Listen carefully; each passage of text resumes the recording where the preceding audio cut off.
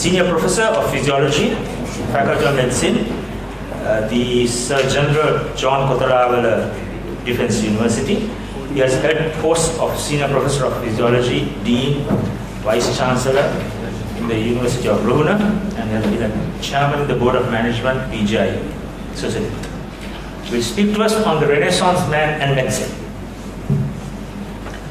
Thank you, Saroj. You did pull a bit of rug under my feet by telling us that we have only 15 minutes. Because I did a simple calculation, 5 speakers, 2.5 hours, that means half an hour each. But of course I didn't read the small print, I agree. Anyway, I'll try to do my best. If by any chance I'm a little too fast, it would mean that I'm trying to do everything that I was expected to do, or I expected to do, or on the other hand, I might cut part of what I was going to say. Anyway, I'm expected to link the theme of this panel discussion on humaneness towards a definition with what I had planned to say about the Renaissance man and medicine. Let me start with a quote. I usually start with a quote because it gives you a sense of pseudo-intellectuality when you start with a quote. Here's the quote, one of my favorites, which I use very often when I give lectures on medical ethics to students, doctors, professional bodies, and so forth. It's from Scott Buchanan, from his book, The Doctrine of Signatures, written over 100 years ago. He was an American educationist and philosopher. The quote goes like this: "Medicine stands at the head of the natural sciences and does not know which way to go. It has a record maximum of knowledge and a minimum of understanding. It has art and wonders if it has science. It is suffering from an imbalance of intellectual virtues." I think this presentation, it is more apt than the usual presentations I make on medical ethics. So before I get on with what I'm going to say about Renaissance man and medicine, we need to submit 2 definitions. What is a Renaissance man? In fact, it is not a man only. Renaissance man and woman is a person who is well educated, sophisticated, has a lot of talent and knowledge in many different fields of human study, and therefore what is commonly called a polymath, person versatile in many fields of human knowledge and experience. Then we'll have to also define the Renaissance period that occurred between the 14th and 16th centuries. Why was it called the Renaissance period, the reawakening? Because people called the period before that, the Middle Ages and period before that, from about the 5th to the 10th centuries, the Dark Ages. And then after the Renaissance period, people talked about the Age of Enlightenment, that is the 17th, 18th centuries. So we have this period which is called the Renaissance period, that regenerated knowledge and hope in humankind. So the concept of a Renaissance man, with this guy or woman who has all these multiple knowledge on multiple subjects and areas, became an epitome of an ideal man or a woman. Who epitomized this during the Renaissance? None other than Leonardo da Vinci. He was a painter, he was a scientist, engineer, mathematician, and a human anatomist. And he excelled in many of these fields. The world's best known painting, the Mona Lisa, is his creation. But how could one do all this? One man, we'll come to that a little later. That was an age when it seemed to have been possible. But I don't want to be listed because my title here is Renaissance Man. So there are a lot of ladies here. It would be unfair to give them the impression that there are no Renaissance women. Well, even before the advent of the Renaissance period, I'll just take one example of a Renaissance woman in the real sense of its meaning. And that is Saint Hildegard of Bingen. She was German during the Holy Roman Empire in the 11th century. That is before the advent of the so-called Renaissance period. She was a theologian, a doctor of the church, a composer, a philosopher, a mystic and a visionary, a poet, a playwright, and she wrote texts in medicine, botany, and the natural sciences. She exceeds even Leonardo da Vinci in the spectrum of her competence. So if you want an ideal Renaissance personality, perhaps it's not a Renaissance man, but a Renaissance woman. An ode to women here. Having said that, something happened thereafter. Thereafter you find that there was a serious issue. I'm not going to go into too much of discussion at this time about gender discrimination, but it must be said that women had a serious fall. From the 11th century onwards, right up to about the 18th century, medicine women who were trying to practice medicine, were called witches and burnt. And it came up to almost the beginning of the 19th century. Not beginning of the 20th century almost. So therefore, medicine women, because I'm going to talk here about Renaissance man, woman and medicine. So therefore the linkage is with Renaissance people who are also people of medicine. So let me illustrate this a few personalities throughout the ages. And you find that there have been Renaissance persons before the Renaissance. 3 examples: Aristotle, Archimedes. Aristotle was a philosopher, wrote about physics, metaphysics, poetry, theatre, music, logic, rhetoric, politics, government, ethics, biology and zoology. Then you have Archimedes, mathematician, physicist, engineer, inventor and astronomer. Then you have Avicenna, Persian, physician, pharmacologist, philosopher, mathematician, astronomer, chemist, jurist and theologian, scientist, statesman and soldier. So that was before the so-called Renaissance period. So there were Renaissance men before the Renaissance. Then there were Renaissance people after the Renaissance. 3 examples I'll give you. Benjamin Franklin, author and printer, politician, scientist, inventor and soldier. Then from the medical field, who epitomized the polymath or the Renaissance man in my mind as a young man was Albert Schweitzer. He was in the 20th century, the typical 20th century Renaissance man, who was a theologian, musician, philosopher and a doctor. Then my next one is a bit controversial. You may not disagree, you may not agree with me. Ernesto Che Guevara, Marxist revolutionary, physician, author, guerrilla leader, politician, minister, diplomat and military theorist.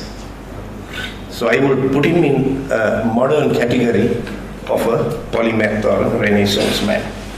But of course, prone to disagreement. Now, having said that, given you a scope of what we feel as Renaissance men, I have to now connect it with this theme. Then with that came this concept of humanism, literature and medicine. Let me start with a personal anecdote. It goes to show how literature can influence humans into choosing their lives and careers. There are 3 bits of literature that made me decide at a very impressionable age that I wanted to become a doctor. Those 3 are when I read A.J. Cronin's novels, Citadel and the Adventures in Two Worlds, which talked about doctors working in very impoverished backgrounds. And he was a pioneer in identifying pneumoconiosis because he was working with miners in Ireland. The second was a poem by Bertolt Brecht, a worker's speech to a doctor. This Professor Carlo Fonseca had translated into Sinhala, and I have both these, and both these Sinhala and English version of the poems I used to put up in the physiology department notice board, in addition to the other notices about students, tutorial classes and the normal schedules. So that when they come to look at their normal schedules, when their lectures are, they will read this. And I think every doctor today must read this poem written by Bertolt Brecht. He died in 1956, over half a century ago.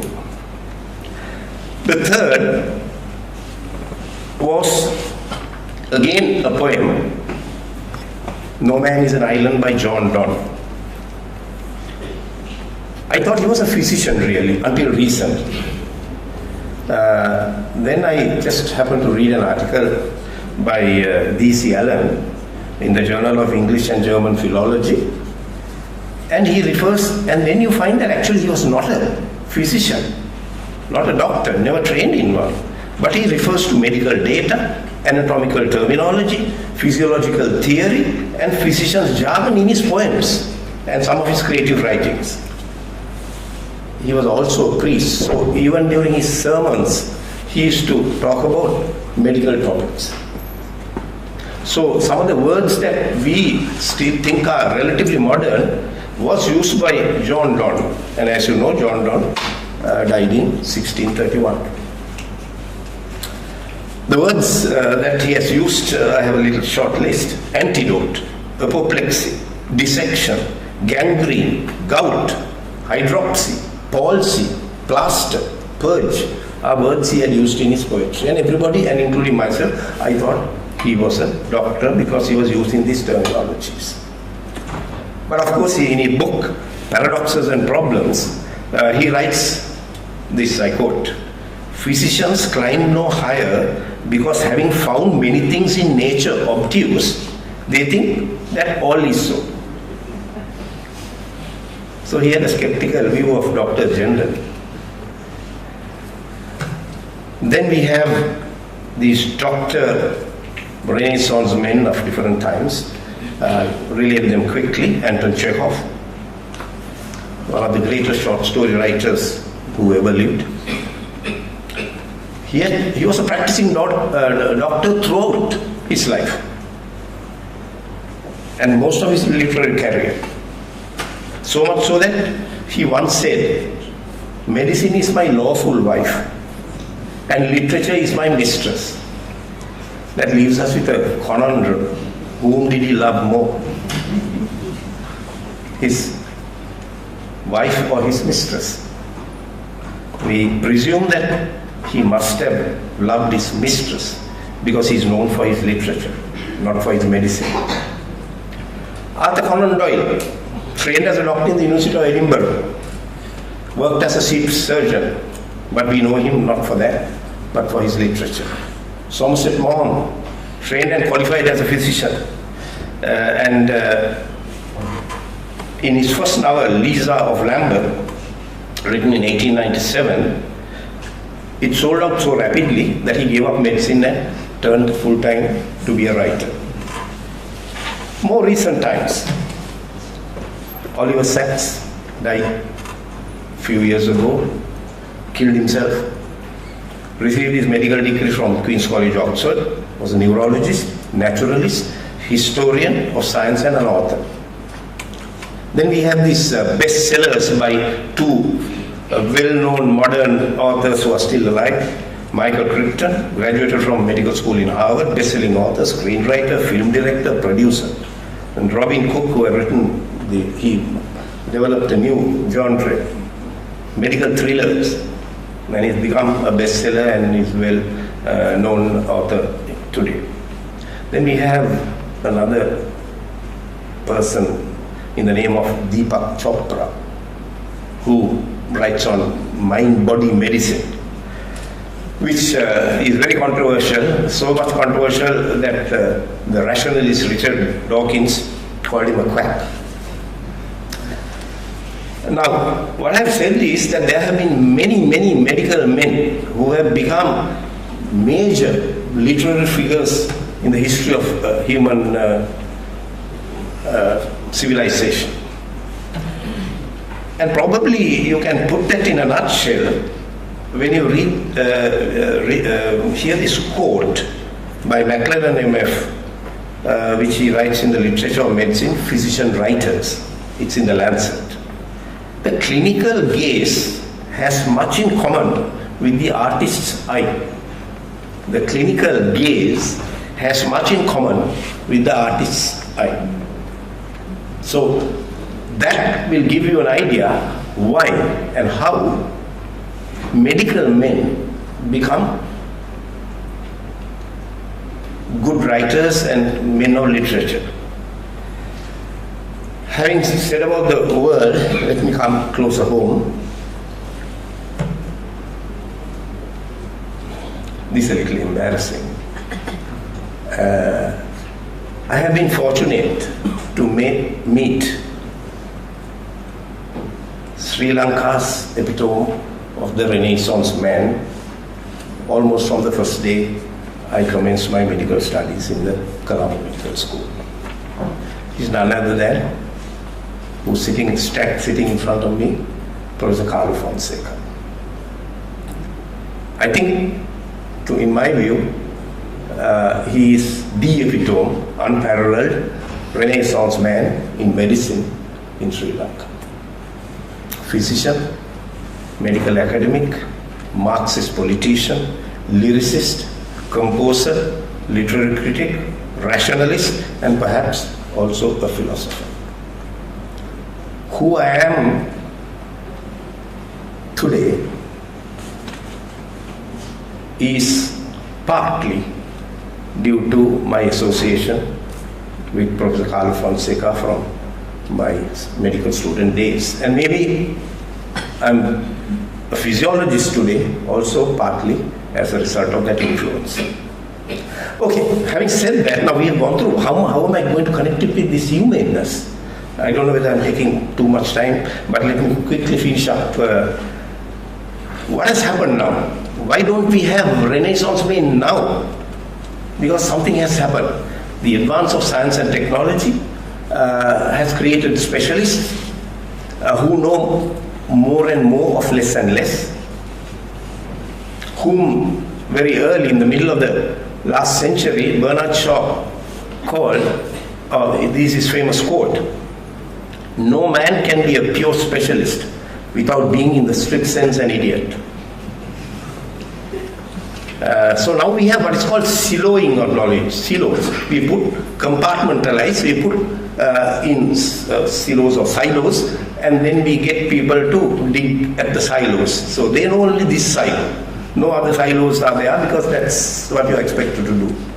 So what Bernard Shaw said half a century ago probably is quite true even today. Specialist is in the strict sense an idiot. Forgive me if there are any specialists. And then also we looked at them negatively. We have this famous saying, "Jack of all trades, master of none." So if you are a a Renaissance man who's jack of all trades, you're useless, you're a master of none. So that situation is also there.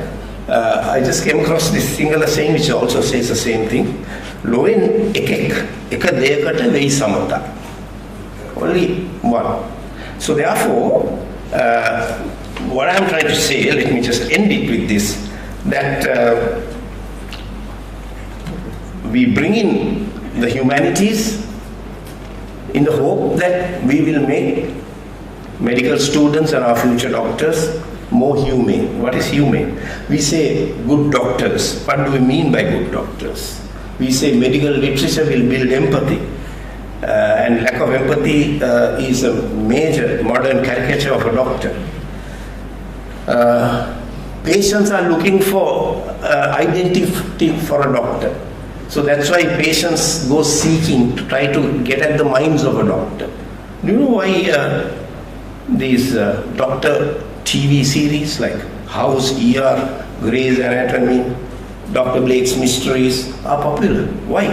Because the patients, the ordinary citizens in the world are trying to get at the mind of a doctor. Who is this guy who is calling himself a doctor? I want to find out who he is. So therefore these are all the other things that come to mind, since I think I have gone beyond time, right? I will stop here, but just one thing. I want to quote two other people. You may be familiar with this. Paul Kalanithi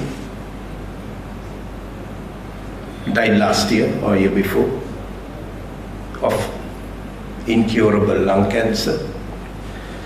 He was a modern day Renaissance man, neurosurgeon, writer, degrees in English literature, human biology, history, philosophy of science, and medicine from Stanford, Cambridge, and Yale School of Medicine. Diagnosed with inoperable cancer, died in March 2015. You must have read his book, and it's available now in the bookshops, When Breath Becomes Air. And then let me finish with a batchmate of mine. He died in March this year with from B-cell lymphoma, Dr. Arisena Gamage. He is a journalist, he writes a lot, but he did something unique. On Facebook, he had 95 episodes with photographs of himself and his developing lymphoma, with scans, CT scans, all that on Facebook, till almost the week before he died. Almost every week he had a single episode. And that's a unique document which is now published posthumously as a book. And he had a very poetic title, Vedek Gunat, Ledek Gunot was the title of that series, which is now in a book. Now, I have said all this and I've taken too much of time, but let me now connect all this. What I've been telling you all this time is that, in my opinion, to become a good doctor, meaning a humane and a competent doctor, not only a competent doctor, you need to develop sensitivities and sensibilities derived from the arts and the humanities. Greater and finer specialization in medicine will not help you in this endeavor. Thank you. Thank you very much, Susirith. We can have one question. Yes, please. Yes, please. And say who you are. And this is being recorded. This is going live stream, ladies and gentlemen. You're on Facebook. I'm Dr. Dishant Pereira. I'm a consultant anesthetist, but interested in critical care and end-of-life care. And it's actually a comment, because it's a book that I've read very recently, which I would recommend for all medical students to read. It's called God's Hotel by Victoria Sweet. It actually marries what Professor Ryder said about it actually brings that gap between humanity and medicine together, because it's a wonderful book to read. That lady is she is not only a doctor, but she's also a PhD in history. And she actually did a historical, her PhD on Heidelberg. So it's an incredibly interesting book to read, and it actually changes your view on how to be a doctor. It's a very practical guide, and I would recommend it for your medical students. Just a postscript. What I'm trying to say, what I'm trying to gel is a hypothesis that if you don't have to be an expert or in many areas of human knowledge, but if you go laterally in looking for knowledge, the outcome would be that you will be more sensitive human being, and as a result of being a more sensitive human being, you will end up being a better, more humane doctor.